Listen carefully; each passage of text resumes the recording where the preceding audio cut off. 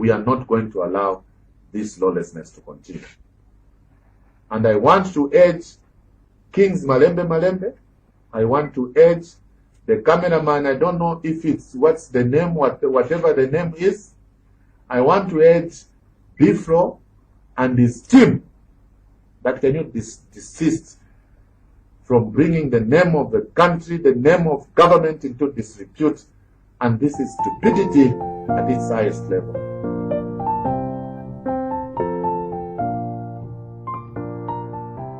I don't know where to start from, but I'm very angry right now, and I hope you're angry too, because I think it's only right that we should be angry about certain things that are happening in our country.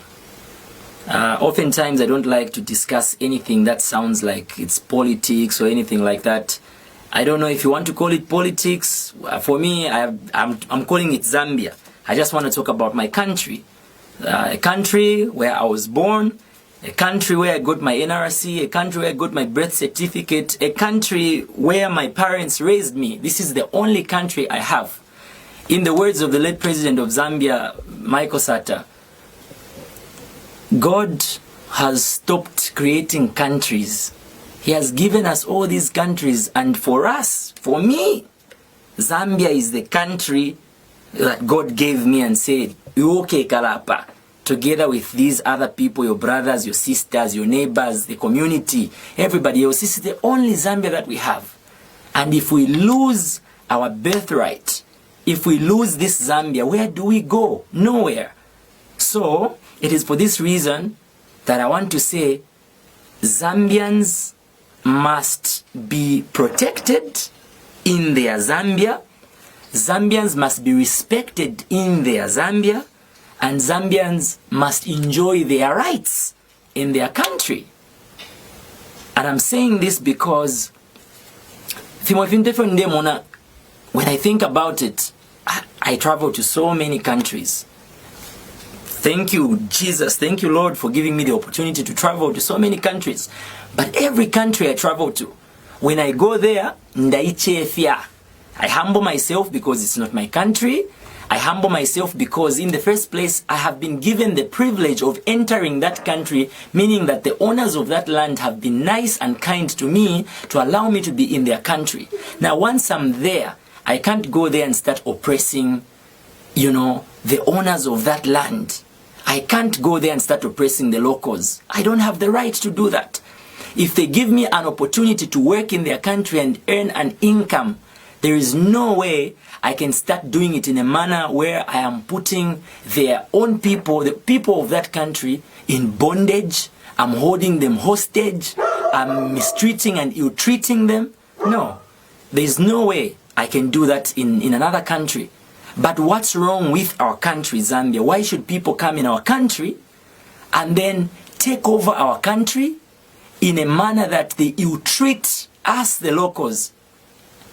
What's wrong with us?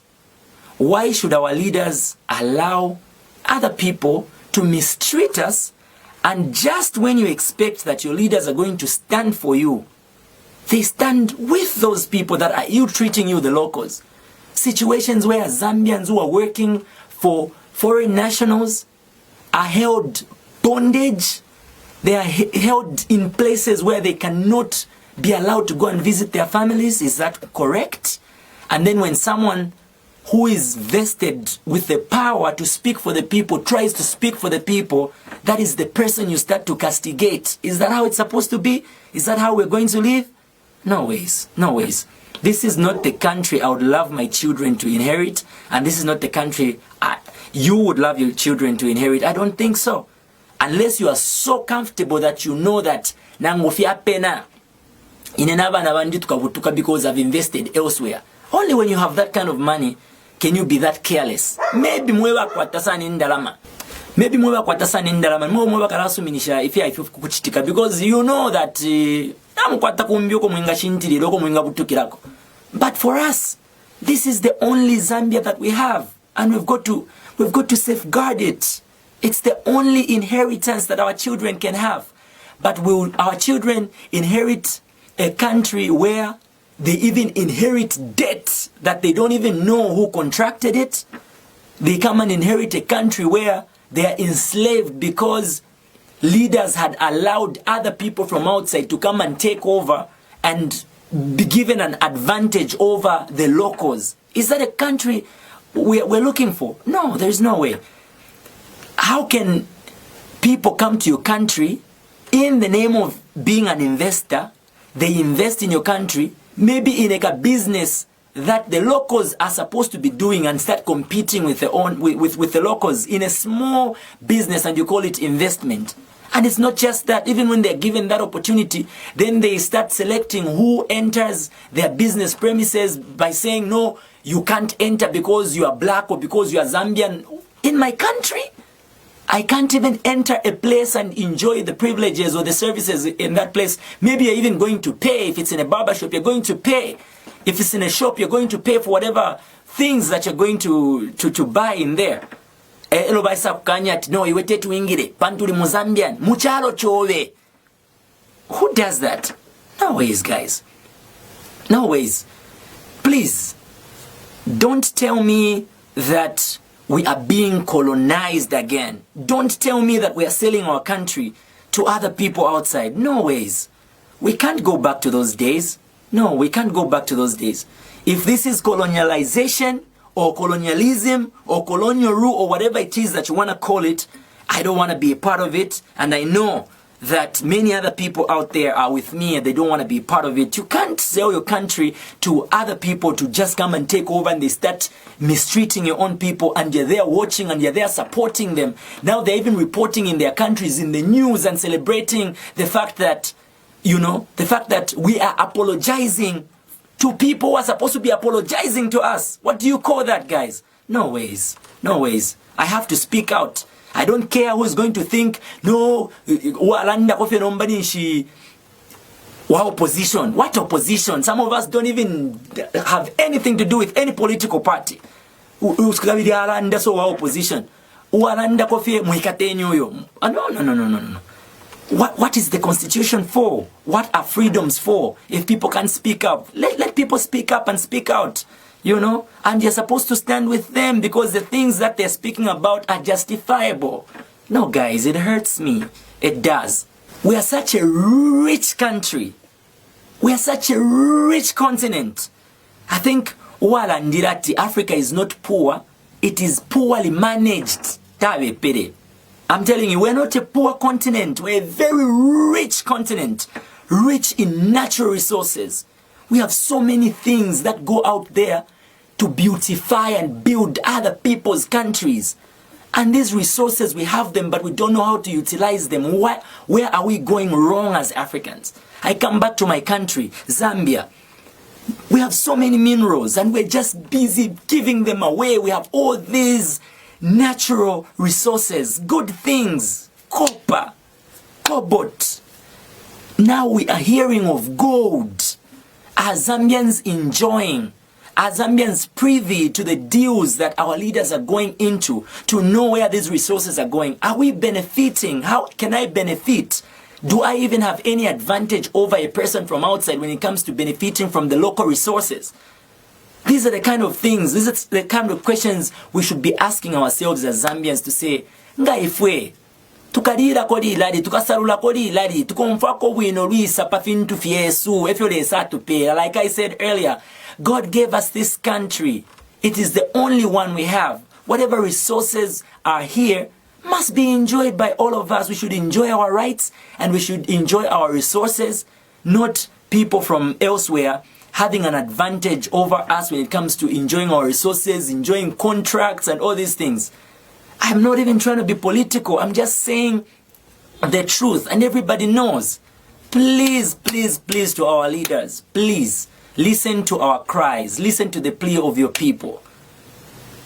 If you're watching me right now, fellow Zambian, wherever you are, whichever city you are in, whichever part of the country you are in, whichever part of the world you are in, I challenge you.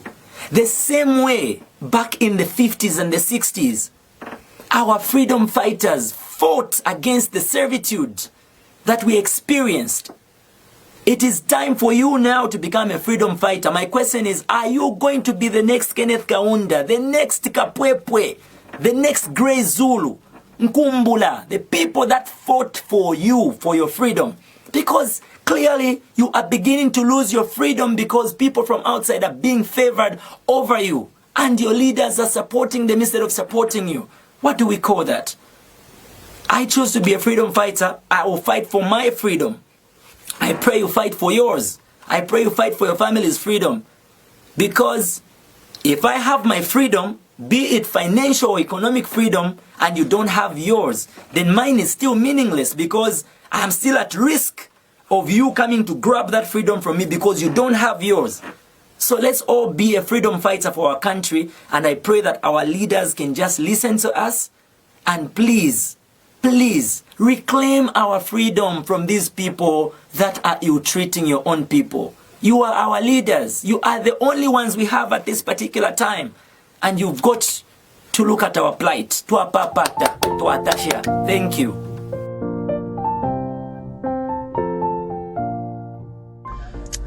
You know? So what we are saying is, Mr. President, number one, don't give that gold mine to foreigners.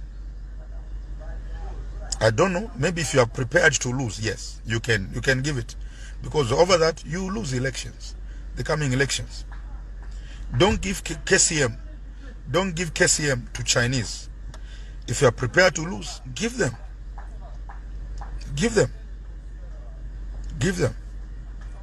You know, don't do that. This is our genuine, because we don't have any. When we no one is hearing, maybe, but maybe when we speak here, you hear us. Don't give KCM to Chinese. They have been if you are giving them, give them strictly conditions. Give them conditions. Give them conditions. But Copper Belt, I'm sure, is not willing to work with Chinese. If you give Chinese, forget about winning Copper Belt. If you give gold mine to that foreigner, forget about winning, having elections that side. You know, forget. So Zambia, it's a high time that our leaders instill confidence in us, in the educations our brothers have gotten, that we can also mine God. We can also mine God. We can mine it.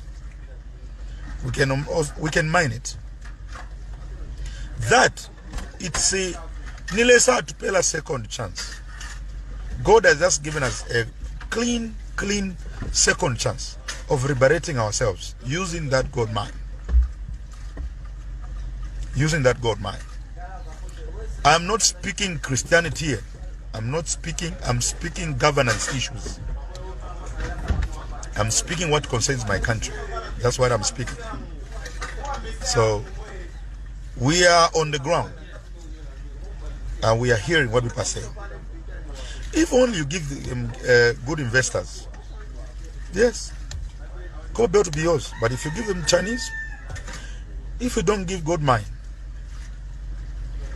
to that foreigner, if it is signed, sir, you have got power. You've got power. You've got power. You've got power. You know?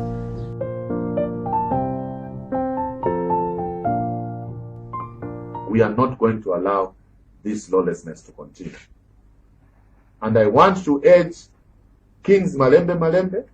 I want to urge the cameraman. I don't know if it's what's the name, whatever the name is. I want to urge Bifro and his team that can you desist from bringing the name of the country, the name of government into disrepute.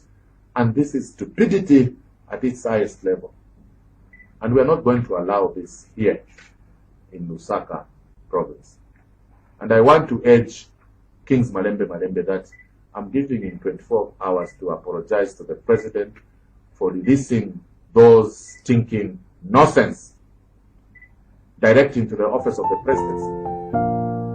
Let him withdraw. Well, this goes to my president and the first family. You know, that video, I spoke about a lot of things inside there, a lot of things. And the video was just cut. What was meant to benefit some people, it was edited. And so they had to throw it there. But Mama, forgive me, and Daddy, forgive me so much. I'm a son in the house. People are calling me. You could have used a good fora. You were already in the house. You could have called. To me now about advice. So for using that fora, Mama, forgive me. That I'm a son in the house, and I know I could have just called you. Despite it was just a cropped video, I was reporting what people are saying in the Copper Belt, what people are saying everywhere, and what people are saying about the gold mine. So, Mommy and Daddy, His Excellence, please forgive me about that cropped video. Despite what benefited people. Thank you so very much, and I know a lot of people want to watch this. God bless you so much. I extend my apology to my president and the first family for obviously using a wrong fora to discuss such big things, and yet I'm in the house that I've got access. I've got access to enter State House anytime I want and discuss things with the president. For discussing such come on Facebook, for some people it sounds like cowardness or anything, but I think I'm just obliged to do that. I'm the first person who should protect the presidency. Yeah, on that fora, Mama and Daddy, forgive me. Mr. President, forgive me. This is your son, Kings. I love you all.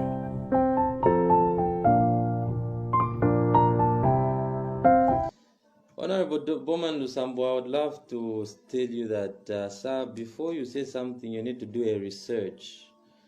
And you did not do your research very well. That's what I want to tell you. And not everyone who speaks out is being paid by the opposition. That notion should not be there. And sir, do not instill fear in people when they speak out. That's an infringement of human rights. You know, you're going to only infringe people's rights, people who don't know their rights. But people that know their rights, you shall not infringe their rights. You should remember that you're a public leader and you're accountable for every statement that you make. And the statements and the empty threats that you made today will haunt you one day. Honorable Bowman Lusambo, hunger has paid me. Hunger and poverty has paid me. You know, and I want to remind you that during your time as a youth, you were a diehard MMD youth. And you used to attack my late leader, may his soul rest in peace, Michael Chellah. Honorable Lusambo, you're on record of beating people. You're on record of beating PF cadres, PF supporters.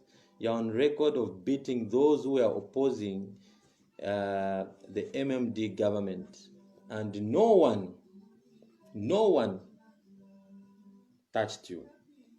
No one threatened you. I remember I was with President Sata in Chama, and he said, you young people, my supporters, you should be like Bowman Lusambo, you know. Now, Honorable Bowman Lusambo, there is no opposition that has paid me, for your own information. And I want to just tell you something, sir, that I'm not a cameraman, I'm a photographer. Get your facts right. I'm a photographer and not a cameraman. And you need to apologize on that statement. I challenge you to apologize. This thing of threatening people should end. This is not Kaunda time, where people should be threatened and people should be no, sir. You have been appointed by the president to serve the people of Zambia with dignity and not to mistreat the Zambian people. I want to remind you that in 2014, 2015, this person you called disgruntled cameraman is the one that documented President Lungu. Okay? This guy documented President Lungu countrywide. I went with President Lungu around the country. You were not there. You just came after we had dug, we had broken the ground, and everything was working very well. Then you came. You came after me in the PF party, sir. Okay? And you found we had already done everything else. And I respect you as a member of the party. But you need to ask Anthony Mukwita, KBF, Emmanuel Mwamba, Brian Hapunda, even the president himself, which people formed what was his media team. The people that formed the media team for the president, that brought him and that ushered President Lungu into office. I'm not apologizing for anything, because what I'm saying is that what is happening in our country is wrong. And I love President Lungu more than anyone else. The person who loves the president will open up and tell the president the truth. And if we love our president, you and I should help him in this fight against corruption. Now, leadership calls for humility and not threats. Leadership calls for humility. Okay? In your time, you threatened that. You threatened that. You remember? You threatened that. Okay? And I remember very well when Wasata, in Chief Murilo, Dr. Guy Scott was there when he told us to say, you should be like Bowman Lusambo. So, you should not use your position of power to threaten citizens. You should use your position of power to inspire young people. Inspire the young people. When you inspire the young people, you leave a legacy. What kind of legacy do you want to leave? Because you're not going to be in that position. Posterity judges people.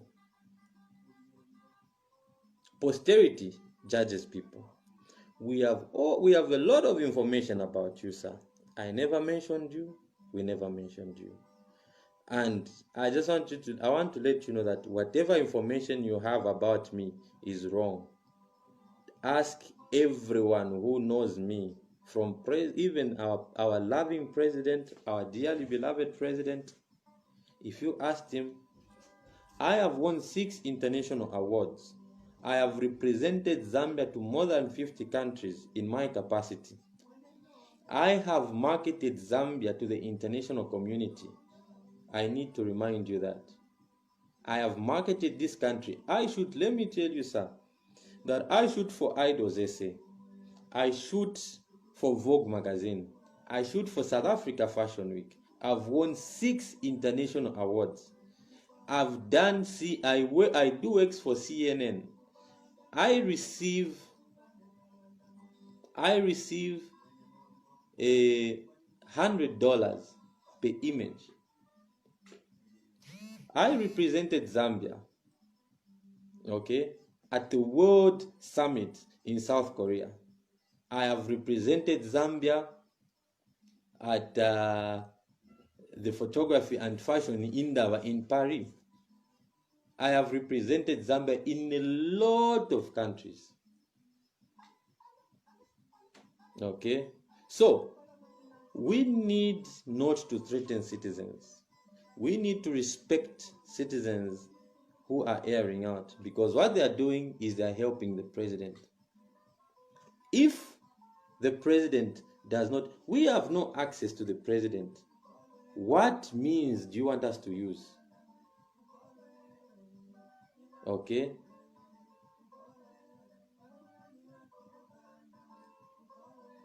for speaking out the truth, and for hearing out our views that people are suffering, that there's a lot of corruption in the country, you will come and threaten us. No. You know? And Wakamba, we all come from the copper belt. We all come from the copper belt. Honorable Lusambo, we all come from the copper belt. So, you know, you need to inspire young people. You need to inspire young people. The way you are speaking, are you inspiring young people? Are you sure you are inspiring young people? Are you sure that the people looking up to you like me are being inspired by the way you are speaking, your language, the way you